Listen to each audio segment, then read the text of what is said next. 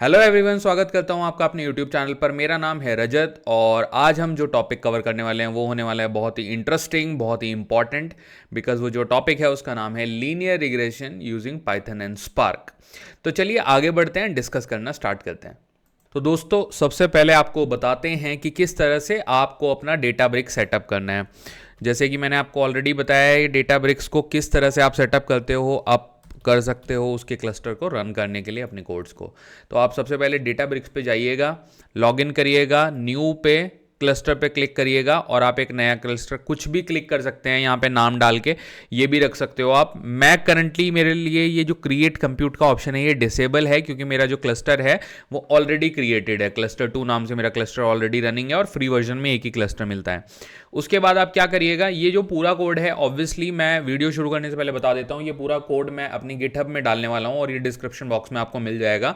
तो आप इसको डायरेक्टली इंपोर्ट कर लीजिएगा। ऑल्सो जो डेटा हम यहाँ पे यूज़ करने वाले हैं, दो चीज़ें देखिए, डेटा बैंक डेटा जो है, इसकी जो CSV फाइल है वो भी मैं डिस्क्रिप्शन बॉक्स में डाल दूंगा ताकि आप वहाँ से उसको एक्सेस कर सको। दोनों लिंक आपको डिस्क्रिप्शन में मिल जाएंगे।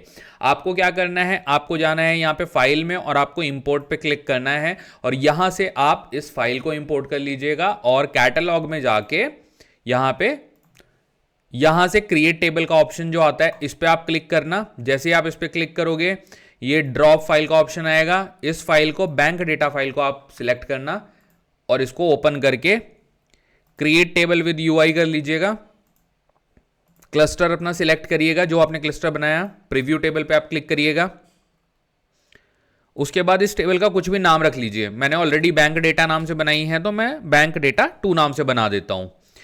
आपको इस तरह से बनानी है और टेबल का नाम रखिएगा बैंक डेटा या फिर बैंक डेटा 2। और यहां पे जो फर्स्ट लाइन है आप देखिए इस टेबल में, ये है पूरे आपके वेरिएबल के नाम। तो आप क्या करिए, first row is a header पे क्लिक कर दीजिए। अब फर्स्ट रो हेडर बन गई और क्रिएट टेबल पे आप क्लिक कर लेना। इस क्रिएट टेबल पे जैसे ही आप क्लिक करोगे तो इससे क्या होगा, आपकी यहाँ पे एक टेम्परेरी टेबल क्रिएट हो जाएगी डेटाब्रिक्स के अंदर, जो कि आप मॉडलिंग के लिए आज यूज करने वाले हो, लीनियर रिग्रेशन के लिए। अब आपको सिंपली जाना है, देखिए टेबल क्रिएट हो गई है आपकी। आप चाहें तो यहाँ पे दोबारा कैटलॉग पे क्लिक करो तो आपको दिख जाएंगी यहाँ पे आपकी टेबल्स। तो मेरी 2 टेबल बनी है, बैंक डेटा और बैंक डेटा 2। दोनों में कोई अंतर नहीं है। ये मैंने ऑलरेडी बनाई हुई थी बैंक डेटा, और ये मैंने आप लोगों को एक बार गाइड करने के लिए बनाई है कि इस तरह से आप टेबल बना लेना। अब जाइए अपने रिसेंट में और वहां पे जो ये आपने फाइल ओपन करी होगी लीनियर रिग्रेशन अंडरस्कोर बैंकिंग वाली, जो कि मैं गिटहब पे डालूंगा, आप इसको ओपन कर लीजिएगा। आपका मॉडल आपको बना बनाया मिल जाएगा। अब आपको गो थ्रू करवाते हैं कि लीनियर रिग्रेशन होता क्या है। देखिए, लीनियर रिग्रेशन जो है इट्स अ क्लासिफिकेशन एल्गोरिदम। नाम भले ही उसका लीनियर रिग्रेशन है, बट ये क्लासिफिकेशन के अंदर आता है। ये हमने ऑलरेडी कवर किया है। लीनियर रिग्रेशन क्या होता है, जब आपका एक जो वेरिएबल है वो कॉन्टिन्यूस वेरिएबल है, ऐसी कोई प्रॉब्लम है जो कि एक कॉन्टिन्यूस वेरिएबल के ऊपर काम करती है, बहुत सारे उसमें डिपेंडेंट वेरिएबल हैं, तो इस तरह की प्रॉब्लम को हम कहते हैं basically linear regression problem. Linear regression में जैसे कि जो आज की जो हमारी प्रॉब्लम होने वाली है, हम एक बैंक का डेटा लेने वाले हैं और उस डेटा में हम प्रोबेबिलिटी ऑफ डिफॉल्ट फाइंड करने वाले हैं। मतलब कि जो हमारे कस्टमर हैं उसमें से कितने ऐसे कस्टमर हैं जो प्रोबेबिलिटी ऑफ डिफॉल्ट रखते हैं, ये मतलब वो कितने ज़्यादा रिस्की कस्टमर है बैंक के लिए। रिस्की क्यों है, ऑब्वियसली वो पैसा नहीं भरेंगे तो बैंक को लॉस होगा ना, तो उस पर्सपेक्टिव से वो बैंक के लिए रिस्की कस्टमर हैं। और जो वो रिस्क वैल्यू है वो ऑब्वियसली नेचर में कॉन्टिन्यूस है। उसका जो आंसर है वो येस और नो में नहीं दे सकते, टाइम टू टाइम वो वैल्यू चेंज हो सकती है। तो इसलिए हम यहां पे इस प्रॉब्लम में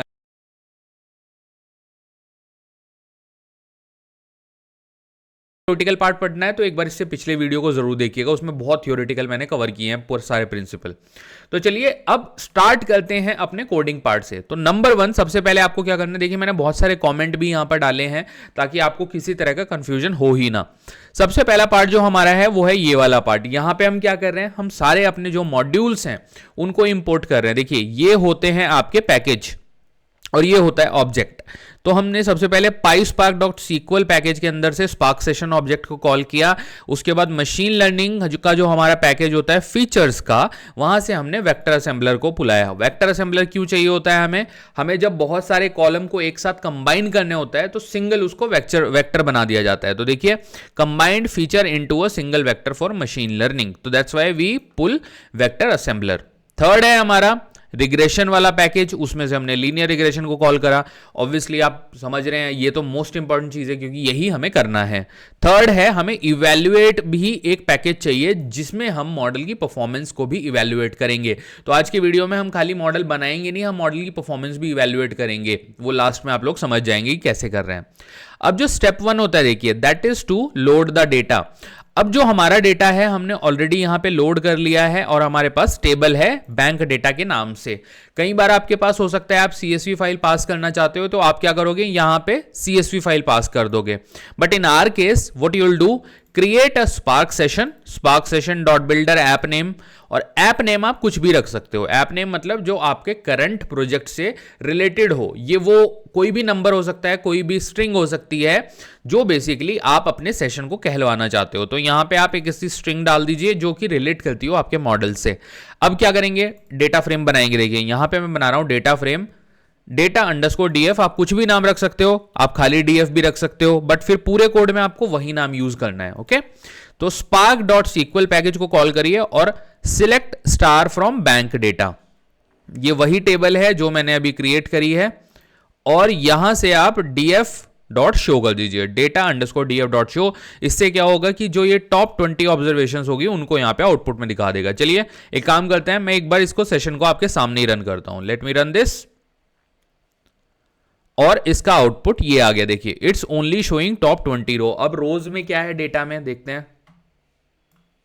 यहां पे आप क्लिक करो, इसको ऊपर लेके जाइए। कितने कॉलम है, customer ID, name, account balance, loan amount, loan approval duration, interest rate, monthly income और डिफॉल्ट प्रोबेबिलिटी। सो 1 2 3 4 5 6 7 8। अब हमारे लीनियर रिग्रेशन मॉडल के लिए जरूरी नहीं है कि 8 के 8 इंपॉर्टेंट हो।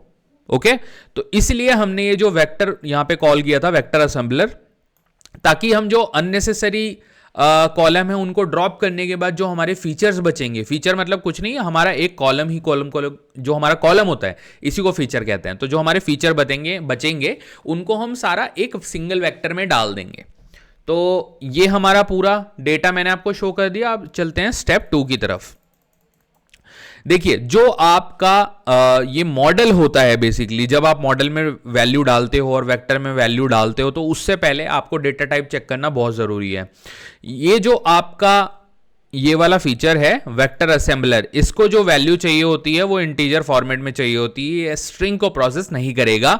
तो उस कारण से आप क्या करेंगे, सबसे पहले आप पाइस्पार्क सीक्वल फंक्शन को कॉल करेंगे, इंपोर्ट कॉलम, और यहां पे जितने भी कॉलम हैं उनको हम डबल में कन्वर्ट कर देंगे, उनकी कास्टिंग करेंगे। देखिए डेटा फ्रेम का रेफरेंस लिया डॉट विद कॉलम, ये सिंटेक्स है, ये आपको याद रखना है। कॉलम का नाम देंगे, उसके आगे लिखेंगे कॉलम एज और इसको आप कास्ट कर दीजिए डबल में कास्ट कर दीजिए सारों को। इससे क्या होगा कि आपको बार बार स्ट्रिंग इंटीजर इस टेंशन को नहीं लेना पड़ेगा।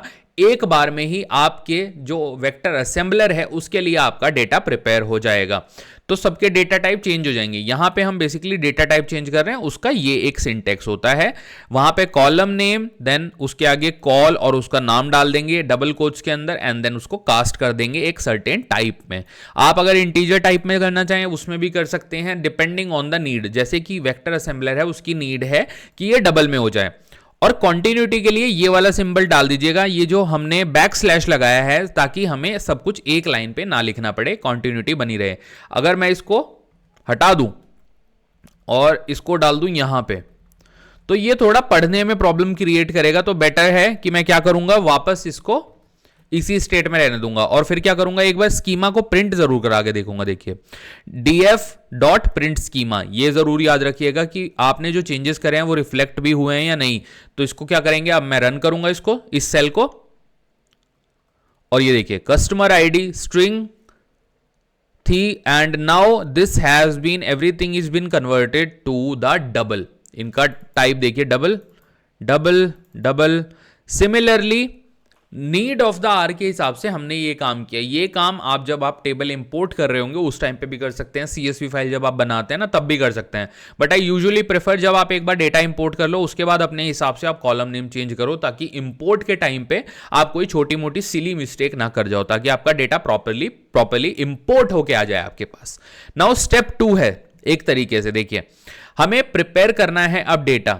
अब हमने जो कॉलम देखे थे उसमें से इंपॉर्टेंट हमारे लिए जो फीचर हैं, एज है, अकाउंट बैलेंस है, लोन अमाउंट है, इंटरेस्ट रेट है और मंथली इनकम है। हमने 5 फीचर ले लिए हैं। अब आप डेटा में देखो, थोड़ा सा इसको मैं जूम आउट करता हूं। आई थिंक आपका विजन इससे खराब होगा, but let me do that. तो इसको मैं वापस जूम कर लेता हूं ताकि आपको क्लियर दिखे। अब देखिए, हमने सारे कॉलम यहां पे नहीं लिए, हमने लिया है age, account balance. Age important है, अकाउंट बैलेंस ऑब्वियसली इंपॉर्टेंट है। उसके बाद हमने लिया है लोन अमाउंट, इंटरेस्ट रेट। तो हमने क्या क्या लिया है उसके बाद, loan amount and interest rate, क्योंकि लोन अप्रूवल ड्यूरेशन क्या मायने रखती है, कुछ मायने नहीं रखती in terms of calculating the default probability. जो आपकी ऐसी ऐसी कॉलम हैं जिनके ऊपर डिपेंडेंट है कि कल को आप डिफॉल्ट करोगे या नहीं, आपका इंटरेस्ट रेट क्या है, आपकी मंथली इनकम क्या है, वो सारी चीजें मायने रखती है ना। तो देखिए, इसी तरह से हमने यहाँ पे मंथली इनकम भी ले ली। तो हमने खाली वो कॉलम आपके वेक्टर के अंदर डाले हैं, एक फीचर सिलेक्शन किया है जो कि मॉडल के अंदर एक बहुत ही नेसेसरी काइंड ऑफ एक्टिविटी है जो कि हमें करनी होती है। तो what we are doing, feature selection किया और वो कॉलम हमने ले लिए। अब हम क्या करेंगे, अब हम कॉल कर रहे हैं असेंबलर को, वेक्टर असेंबलर। इसका काम क्या होता है, इसका काम होता है to create a feature vector. Vector assembler transform raw data into required format. Model के लिए ये इसको इस फॉर्मेट में डाल देगा। तो यहां पे देखिए, एक पूरी लिस्ट तैयार कर ली हमने, जैसे हम पाइथन में लिस्ट बनाते हैं, और उसको हमें यहां पास करना है। हमने यहां पास कर दिया है। वेक्टर असेंबलर का एक सिंटेक्स होता है, तो उसको आपको फॉलो करना है। देखिए, assembler equal to vector assembler, input column क्या है, हमारे फीचर कॉलम, आउटपुट कॉलम क्या है, फीचर्स। हमने इसको अभी के लिए हमने नाम रख दिया है, अभी हम इसको वैल्यू भी असाइन करेंगे। अब हमने किया एक नया वेरिएबल बनाया, data prep equal to assembler. Assembler को कॉल किया जहां पे हमने सारे फीचर डाले हैं, देन ट्रांसफॉर्म डेटा फ्रेम। हमने डेटा फ्रेम के अंदर इसको कॉल किया, इसका जो एक तरीके से प्रिपरेशन है मशीन लर्निंग एल्गोरिथम के लिए वो कर दिया। अब ये सब सिंटेक्स है, देखिए, dot select feature and default probability. Feature में क्या है, फीचर में ये सारे कॉलम एक साथ रख दिए जाएंगे, जितने भी हमने कॉलम के नाम रखे हैं ऊपर। एज, अकाउंट बैलेंस किस तरह से एक साथ रखे जाएंगे, इस तरह से। नीचे देखिए, एज सब कुछ डेसिमल लगा दिया जाएगा। देखिए, डेसिमल वैल्यू आ जाएगी जब आप इसको कैलकुलेट करते हो, हालांकि .0 ही आएगा, but that's how it do the calculation. So age के आगे 34.0 लिखा है, बट ये एज 34 है। अगर आप जाके ऊपर देखो डेटा में, तो जो सबसे पहले यहां पे आपको एज मिलेगी, लेट्स से ये वाली 34 कहीं ना कहीं दिखेगी, ये रही 34। सो इट्स नॉट नेसेसरी कि आपको सेम सीक्वेंस नीचे भी दिखाई दे, बट हमें यहां पे दिखाई दे रहा होगा। अच्छा, यहां पे जो सबसे पहली एज आ रही है सबसे ऊपर 58.0, then 48.0।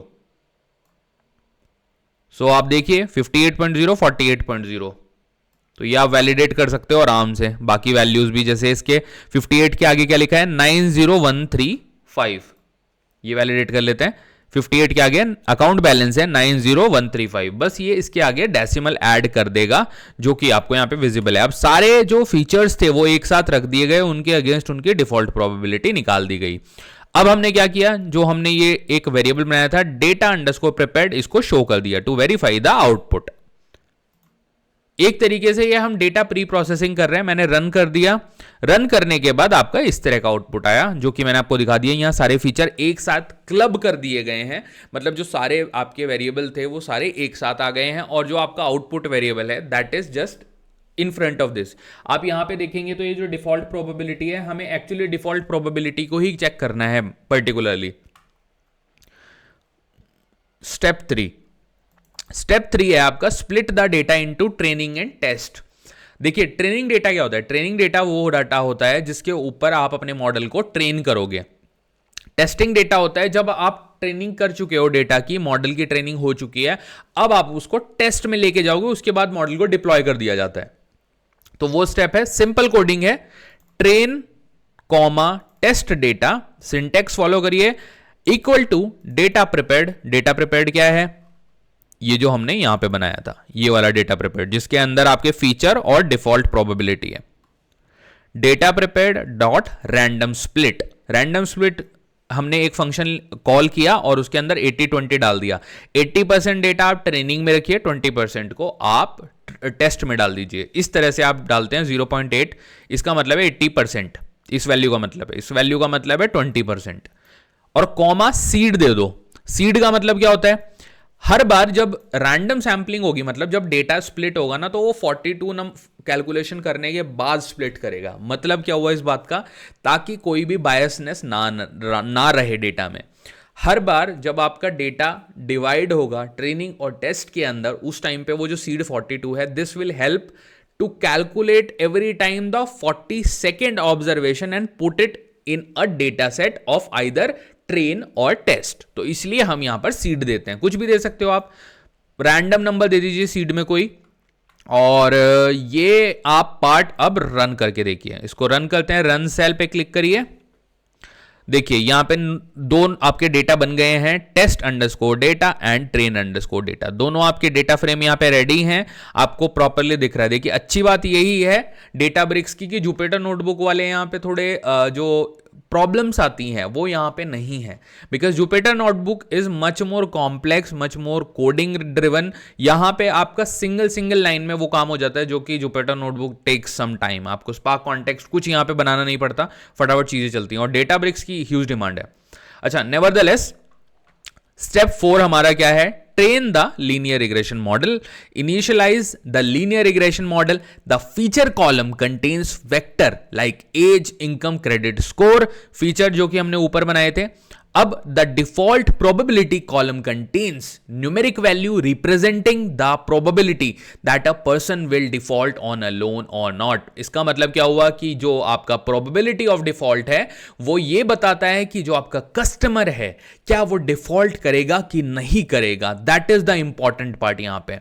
And now this single line this defines the regression model. देखिए मॉडल लगाना बहुत आसान है, उससे आगे पीछे के स्टेप इंपॉर्टेंट। देखिए सिंगल लाइन में आप मॉडल बना रहे हो, हमने एक वेरिएबल बनाया LR इक्वल टू, और लीनियर रिग्रेशन हमने कॉल करा।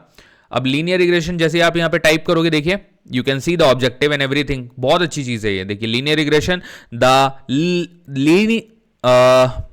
linear regression, the linear objective is to minimize the specific loss function with the regularization. This support two kind of loss, squared error, Huber loss. तो ये थोड़ा इसके बारे में detail बता देता है, बट इसके अंदर हम क्या पैरामीटर पास कर रहे हैं। देखिए फीचर कॉलम, आप ऊपर जाके देखोगे फीचर कॉलम हमने कहां पे बनाया था, ये वाला।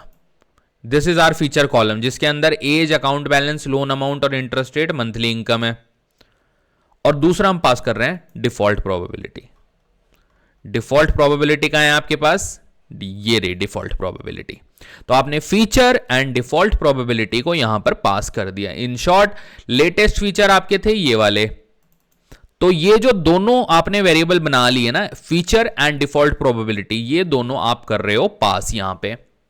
एंड उसके बाद आप चेक करोगे मॉडल का फिट। तो ये खाली आपने बेसिकली मॉडल बना दिया, बैकएंड पे मॉडल प्रिपेयर हो गया है। आपका इंडिपेंडेंट और डिपेंडेंट वेरिएबल आपने पास कर दिए हैं। डिपेंडेंट वेरिएबल क्या हुआ आपका, डिफॉल्ट प्रोबेबिलिटी। इंडिपेंडेंट वेरिएबल हो गए आपके सारे features. Now in this line, next line, LR underscore model आपने बनाया। इसमें आप मॉडल को पहले कॉल करो। LR linear regression stands for LR, that's why मैंने शॉर्ट फॉर्म में LR लिखा है। अब LR model dot fit, fit का क्या काम है वो भी बताते हैं। और उसके अंदर अपना जो आपका डेटा फ्रेम है वो आप पास करिए। पहले ट्रेनिंग डेटा को पास करिए, इस वाले ट्रेन अंडरस्कोर डेटा को आपने कर दिया यहां पे pass. Now the train the linear regression model, that's what we are doing on this line. अब थोड़े से देखिए मैंने कमेंट हर जगह डाले हैं, तो आप इसको बहुत अच्छे से पढ़िएगा क्योंकि it took me some time to prepare this. Now the fit method is used to train the machine learning model on the data set provided, and it process the trained data frame to find the best coefficient and intercept for the linear regression equation. Coefficient क्या होता है, intercept क्या होता है, अभी आपको समझाता हूं। इससे पिछले वीडियो में मैंने अच्छे से बताया, बहुत ही क्रिस्प तरीके से बताया प्रिंसिपल्स में। जब मैंने वो वीडियो बनाया था लीनियर रिग्रेशन का, वहां पे भी जाके एक बार पढ़ लो, उस वीडियो को डेफिनेटली देख लेना, अच्छा वीडियो है। इस वीडियो से पहले वो देखना बनता है। Now it minimise the cost function. Cost function को भी मिनिमाइज करता है। Example mean square error during the training data. अभी आप बस इतना याद रखो कि जो फिट है ना, ये फिट जो आपका मेथड है, it is use to train the machine learning model. अब आपको क्या करना है, इसको रन करना है। इस सेल को रन कर दीजिएगा। एक बार ये जो रन हुआ है ना, यहां पे जाके भी देख लो, जॉब 34 आपकी रन हो गई। इस पे आप क्लिक करो तो ये आपका देखिए यहां पे मॉडल तैयार हो गया। बैकएंड पे इस तरह से जॉब्स क्रिएट होती हैं। आपकी जो जॉब चलती हैं यहां पे चलती हैं, पाइस्पार्क की जॉब। ओके, तो चलिए थोड़ा और आगे चलते हैं। एंड यहां पे आप लोग देखिए स्टेप 5 है ये आपका, output model coefficient and intercept. Model तो आपने बना लिया, अब आपको चेक करना है coefficient and intercept. So this display the coefficient. Coefficient को आप समझ सकते हो wait of evidence, okay. And intercept is what, bias term in the model, की मॉडल आपका बायस है या नहीं वो चेक करता है। बहुत ही सिंपल है, प्रिंट कॉल करिए। ये आपने दो वेरिएबल बनाए, कोएफिशिएंट एंड इंटरसेप्ट, उसके अंदर मॉडल कॉल करा LR_model डॉट कोएफिशिएंट। इससे आपको क्या मिलेगा, कोएफिशिएंट मिल जाएंगे। अब जैसे ही आप इस कोड, इन दो लाइनों के कोड को रन करोगे ना, इसको रन करिए, आपको आउटपुट में ऐसा कुछ दिखाई देगा। कोएफिशिएंट की वैल्यू सारी कैलकुलेट हो जाएगी और इंटरसेप्ट भी आ जाएगा। अब इंटरसेप्ट क्या होता है, जो हमने इक्वेशन देखी थी mx + c, वहां पे इंटरसेप्ट होता है c। सिमिलरली जो हमारी लीनियर रिग्रेशन की इक्वेशन होती है वो क्या होती है, मैंने इससे प्रीवियस सेशन में आप लोगों को बताई थी। तो चलिए आपको एक बार हल्की सी इक्वेशन में यहां पे रिवाइज करवा देता हूं, because that is very important. तो अगर आप यहां पे देखिए तो सबसे पहले तो जो इक्वेशन होती है वो होती है y = α0 + α1 एंड x1। अब यहां पे जो आपका α0 होता है ये होता है आपका इंटरसेप्ट, एंड ये जो आपका α1 होता है ये होता है आपका कोएफिशिएंट, और जो आपका x1 है यहां पे ये होते हैं आपके फीचर्स जो कि हमने अभी डिफाइन करे हैं। Sorry about the hand writing guys, थोड़ा सा यहाँ पे गलत चल रहा है ये हैंड राइटिंग वाइज। ये फीचर्स आपने ऐड कर दिया, और y क्या है आपका, ये है आपकी प्रिडिक्टेड वैल्यू, तो जो कि आपको कैलकुलेट करनी है। तो इक्वेशन कैसे बनेगी यहाँ पे, y = सबसे पहले ये वाली वैल्यू डाल देंगे हम पूरी की पूरी 0.66454498 करके, एंड देन प्लस हम क्या करेंगे, ये वाली वैल्यू डालेंगे, और उसके बाद x1 क्या है, जो हमारे कॉलम के नाम थे, जैसे कि एज था, सैलरी थी, वो सारी वैल्यूज एक एक करके डालेंगी, ओके। अब इसको मैं करता हूं बंद, और थोड़ा सा इसको आप लोगों के लिए डिफाइन करता हूं। देखिए, the intercept is the value of a model if all features are 0। Obviously, क्योंकि जब मैंने आपको इक्वेशन वो बताई है अभी, अगर α0 की वैल्यू आपके पास है और बाकी α1 और फीचर्स कुछ है ही नहीं, अगर x1 x2 फीचर नहीं दिए हुए हैं, तो आप किस पे वैल्यू लगाओगे, तो बाय डिफॉल्ट इंटरसेप्ट की वैल्यू आ जाएगी।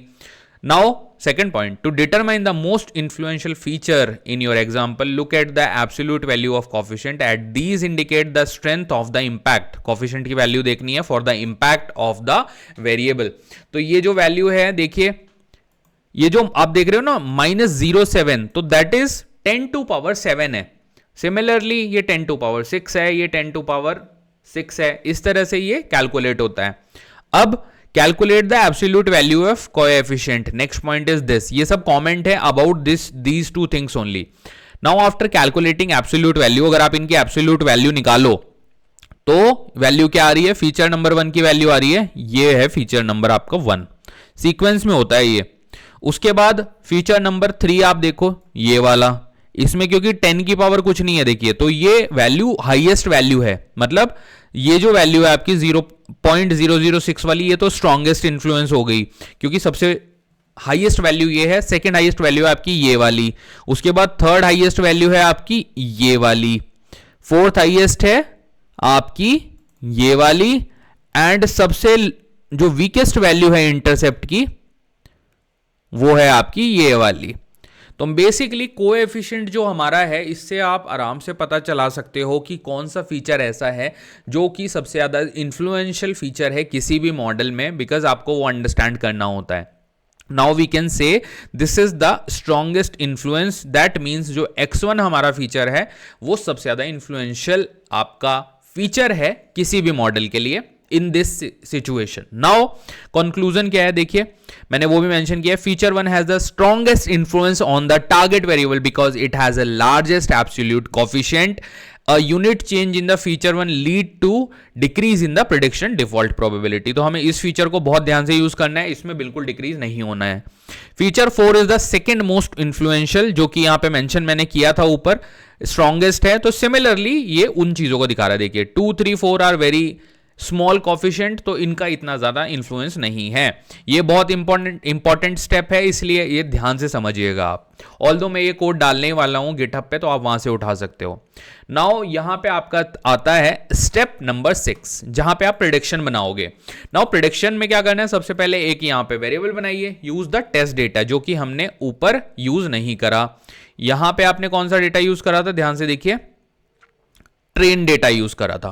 ट्रेनिंग डेटा के ऊपर मॉडल बना लिया, उसका कोएफिशिएंट वगैरह चेक कर लिया। अब यूज करेंगे टेस्ट डेटा। अपने मॉडल को LR_ अपना मॉडल है, उसको यहां पे ट्रांसफॉर्म करके टेस्ट डेटा पे लगाएंगे। उसके बाद प्रेडिक्शंस को कॉल करेंगे .select और फीचर डिफॉल्ट प्रोबेबिलिटी और प्रिडिक्टेड वैल्यू। देखिए एक होती है actual value versus predicted value, और यही हमारे मॉडल का पर्पस होता है कि एक्चुअल वैल्यू और प्रिडिक्टेड वैल्यू के बीच में कितना वेरिएशन है। अगर ज्यादा वेरिएशन है तो मॉडल इफेक्टिव नहीं है। तो इस स्टेप में आपको वो चीज अभी पता चलने वाली है, मॉडल अप्लाई कैसे होता है। LR मॉडल को ट्रांसफॉर्म करके हमने अप्लाई कर दिया टेस्ट डेटा पे, मतलब एक तरीके से अप्लाई कर दिया, सिंपल। तो यहां पे कॉमेंट लिखा है apply the model to the test data and display prediction alongside actual values. इसको रन करिए, ये आपका आउटपुट आ जाने वाला है। फीचर सारे एक तरफ, एज वेज जो भी चीजें थी, सैलरी, उसके बाद डिफॉल्ट प्रोबेबिलिटी जो दी हुई है और actual value of the probability यहां पे आ गई है। अब आपका मॉडल यहां पे कंप्लीट हो गया, मतलब मॉडल आपने टेस्ट ट्रेन भी कर लिया, टेस्ट भी कर लिया। अब आपको बेसिकली इवैल्यूएट करनी है मॉडल की परफॉर्मेंस, ये सबसे इंपॉर्टेंट पार्ट है लास्ट में। एंड यहां पे आप क्या करोगे, आप चेक करोगे दो चीजें, एक है RMSE जो होता है रूट मीन स्क्वायर एरर, और आप चेक करोगे R²। इन दोनों का क्या मतलब है, दोनों को चेक करके क्या पता चल जाता है वो भी अभी बताता हूं। देखिए इनिशियलाइज अ रिग्रेशन इवैल्यूएटर, सबसे पहले तो आपको ये फॉलो करना है। उसके बाद यहां पे इवैल्यूएटर का एक आप बनाइए वेरिएबल, उसके अंदर रिग्रेशन इवैल्यूएटर को कॉल करो। ये सिंटेक्स है, ये आपको याद ही करना पड़ेगा। उसके अंदर क्या वैल्यू पास करनी है अब वो बताता हूं आपको।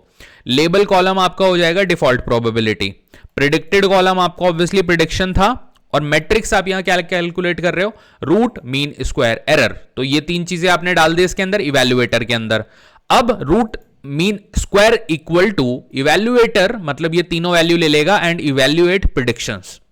तो this will give you the root mean square value, और प्रिंट करवा दो हर एक के लिए। यहां पे रूट मीन स्क्वायर प्रिंट हो जाएगी हर एक के लिए। अब रूट मीन स्क्वायर क्या दिखाता है, यहां पे कमेंट में मैंने डाला है, देखो what it measure the average magnitude of the error, मतलब कि the weight of evidence difference between prediction and actual value, the larger error weights more heavy because they are squared.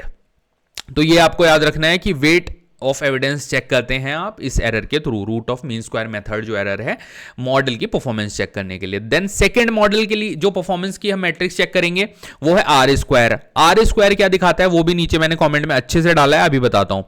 But इसका आप syntax देखिए, R² equal to evaluator को call कर दिया, dot evaluate and predictions comma evaluate matrix name R²। यहां पे आपने R² calculate कर दिया, एक ही लाइन का कोड आपको डालना है, R² आ जाएगा एंड प्रिंट करा के सारी वैल्यू आप डिस्प्ले करा लो। अब आपका मॉडल पूरी तरह से कंप्लीट है। अब आप खाली डिस्प्ले कराओगे वैल्यू। देखिए लीनियर रिग्रेशन मॉडल की समरी यहां पे प्रिंट करा लो, कोएफिशिएंट्स आपके प्रिंट करा लो, इंटरसेप्ट भी नीचे प्रिंट कराओ, रूट मीन स्क्वायर भी प्रिंट कराओ और R² भी प्रिंट कराओ। अब इस कॉलम को पहले आप करो रन, इसका आउटपुट आपको ये नीचे मिल जाएगा। बट उस तक आउटपुट तक जाने से पहले कुछ डिस्कशन करना जरूरी है, जो मैंने यहां कमेंट डाले हैं। रूट मीन स्क्वायर एरर क्या होती है, ये वेट ऑफ एविडेंस होती है, जो कि मैंने आपको ऑलरेडी अभी बताया। नाउ इंटरसेप्ट जो होता है ना, देखिए the lower root mean square indicate better model performance. जितना रूट मीन स्क्वायर एरर कम है उतना बेटर मॉडल है। In this case the root mean square जो आपकी वैल्यू आ रही है वो आ रही है 0.3591। So what does that imply? 0.359 meaning the model prediction deviated from the actual value by this much percentage on the average level. इसका मतलब कि अच्छी मॉडल परफॉर्मेंस नहीं है। आर स्क्वायर की वैल्यू आपकी कितनी आ रही है? 0.1854 आर स्क्वायर की वैल्यू आ रही है यहां पे, देखिए आउटपुट में। तो ये क्या दिखाता है? What it measures the proportion of variance, कि कितना डेटा में वेरिएंस है in the dependent variable explained by this feature, जो आपने फीचर प्रोवाइड करे। अब इंटरसेप्ट इसका देखिए, value is close to 1 indicate a good fit. अगर आपकी वैल्यू क्लोज है 1 के तो गुड फिट इंडिकेट करती है। Negative R square value indicate that the model performance worse than a horizon line, मतलब आपकी मॉडल की जो परफॉर्मेंस है वो वाहियात है, तो इस मॉडल की जो परफॉर्मेंस है वो अच्छी नहीं है। Here a R square of this value suggest the model is performing poorly and does not explain the variance in the target variable। तो आर स्क्वायर की वैल्यू आपकी +1 के नजदीक होनी चाहिए, वो आपको ध्यान रखना है। That is a learning here. Now coefficient के बेसिस पे आप क्या वैल्यू प्रेडिक्ट करोगे वो भी देखते हैं। What these coefficient represent the weight applied to each feature in the linear regression. ये मैंने आपको ऑलरेडी समझाया था कि किसका क्या मतलब है ऊपर, तो वो चीज हमने क्लियर कर ली थी। अब इंटरसेप्ट की जो वैल्यू है वो भी हमने क्लियर कर ली थी। सो बेसिकली एक थोड़ा सा रिकैप दे देता हूं। This predict the value of target variable with all when all features are 0, तो वो हमने ऑलरेडी आपको बताया।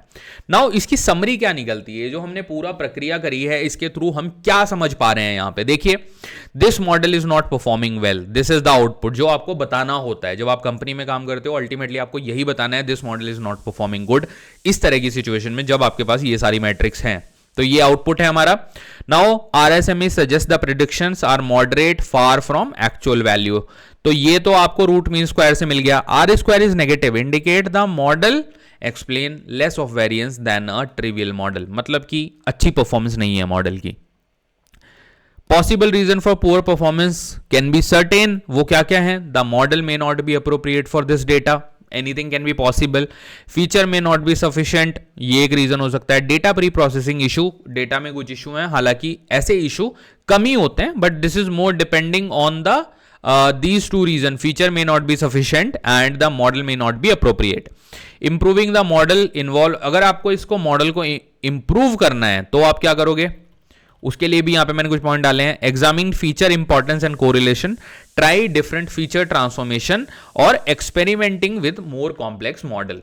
तो यहां पे आप देख सकते हो बेसिकली ये जो मॉडल था इसकी जो परफॉर्मेंस है वो अच्छी नहीं है, और ये सारे स्टेप्स हमने पाइस्पार्क में फॉलो करे हैं। पाइथन में हमने कोडिंग करी है, बैकएंड पे स्पार्क चल रहा है और बहुत ही फास्ट प्रोसेसिंग होती है। तो यहां पे इस वीडियो को मैं खत्म करूंगा एंड तो चलिए यहां पे इस वीडियो को एंड करते हैं एंड अब मिलेंगे। तो दोस्तों चलिए यहां पे इस वीडियो को मैं एंड करूंगा एंड आप लोगों से मिलूंगा अगले वीडियो में लॉजिस्टिक रिग्रेशन के साथ। इसी तरह से एक सेशन रखेंगे लॉजिस्टिक रिग्रेशन का जहां प्रिंसिपल की बात करेंगे लॉजिस्टिक रिग्रेशन के, और फिर एक हैंड्स ऑन सेशन रखेंगे और आप लोगों को मैं सारे कोड और सारा डेटा तो प्रोवाइड करता ही हूं। तो गिटहब पे जाइएगा, वहां पे मैं फोल्डर बना दूंगा लीनियर रिग्रेशन का और वहां पे दोनों चीजें डाल दूंगा ताकि आप अच्छे से अपने सिस्टम पे रन कर पाएं। डिस्क्रिप्शन बॉक्स प्लीज चेक करिएगा, आपको सब कुछ मिल जाएगा। तो चलिए आई होप आपको ये सेशन पसंद आया होगा, और अगर आपको ये सेशन पसंद आया तो प्लीज मेरे चैनल को लाइक करिएगा एंड मेरे चैनल को सब्सक्राइब करिएगा, इस वीडियो को भी लाइक करिएगा एंड ज्यादा से ज्यादा इस वीडियो को अपने दोस्तों के साथ शेयर करिएगा। आपसे मिलूंगा अगले वीडियो में कुछ और अमेजिंग लॉजिस्टिक रिग्रेशन के फैक्ट्स एंड प्रिंसिपल्स के साथ। आज के लिए इतना ही, धन्यवाद, थैंक यू सो मच।